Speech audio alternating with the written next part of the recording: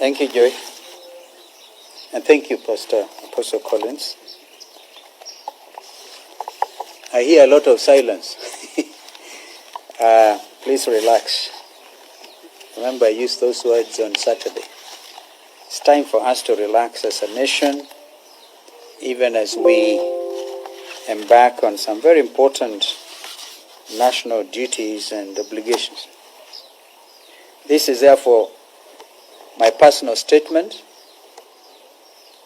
based on the NASA deal between, and I'm just quoting it as it was written. It doesn't mean I do not regard my brother as officially and commonly referred to. But this is between Mr. Raila Amolo Odinga and Mr. Stephen Kalonzo Musyoka, dated the 30th April 2017. Ladies and gentlemen, as we begin the fresh round of political negotiation in our country, leading to the August 2022 general election, I've been compelled to release the above document in order to answer in part some of the criticism that has been leveled against me, to wit, and I quote, the indecisive kingmaker, end of quote, and the often quoted statement made before the NTV reporter, I believe that's my son Kennedy, to the effect that I would be a fool to support Honorable Raila Odinga a third time without a measure of reciprocity. In releasing this document, it is imperative to mention that I've tried twice to have Professor Makau Mutua convene a meeting between me and my brother, Honorable Raila Odinga, in his capacity as the depository of this most important document. On his part, Professor Makau stands in breach of his obligation under the agreement, since he has already joined Honorable Raila Odinga's campaign team. By accepting nomination of the Orange Democratic Movement to run as president for the 5th time, I believe my brother Raila Odinga has committed an irreparable material breach of this agreement. Now that's a legal term defined, I quote, irreparable material breach shall mean a repudiation, reneging, a violation, or an ouster in any way of any of the articles of the agreement. Attending the ODM Delegates Conference, at which my brother was named a presidential flag bearer, would have meant on my part acquiescence of the impugned breach. I wish therefore to state as follows. My brother has the option of abiding by the terms of this live legal agreement, live binding legal agreement, and thereby emerging, in my view, as a true national, regional, and indeed continental democratic hero, or he has the option of choosing to act in utter defiance and repudiation of the agreement, and thereby compounding the trust deficit. In both cases, Honorable Raila Odinga remains a brother with whom I've labored in absolute good faith to bring true democratic change to our country.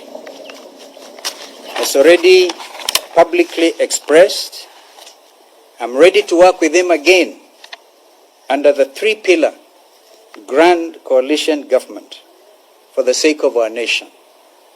I urge that we engage in fresh negotiations. I urge that as we engage in fresh negotiations, this document forms the basis of such negotiation. I want to give you just a copy, and actually spread. I'll distribute the copies of the agreement, but I just want to highlight one or two small paragraphs in it. It's actually entitled the NASA Deal. And by its nature, this document was a secret document. But it starts by saying this memorandum is a binding legal agreement between the parties. And the parties have been explained. And I've highlighted the paragraph which reads, the commitments made herein shall bind Principle H, read Raila, and Principle Q, read Kalonzo Musyoka, in both the 2017 and 2022 elections. By this agreement, the parties agree that Principle H will be NASA's presidential nominee, and that Principle Q will be his running mate. And then, most importantly, this agreement will remain valid until the 2022 elections, whether or not NASA wins the 2017 presidential elections. Please underline the words, whether or not we won the elections. And on the Articles of Agreement, I highlight Principle 2. Principle H agrees in a public MOU to serve one term and publicly endorse Principle Q as a presidential candidate for 2022. Therefore, gentlemen, ladies and gentlemen, if anybody has had any difficulty whatsoever with my sense of negotiation and my ability to play it straight and candidly, I hope today I've acquitted myself. I see the very nice headlines today in the media, that there's tension between me and my brother. I want to tell you there's none. And in effect, some of you say, I asked His Excellency President Uhuru Kenyatta to take leadership of the current round of negotiations.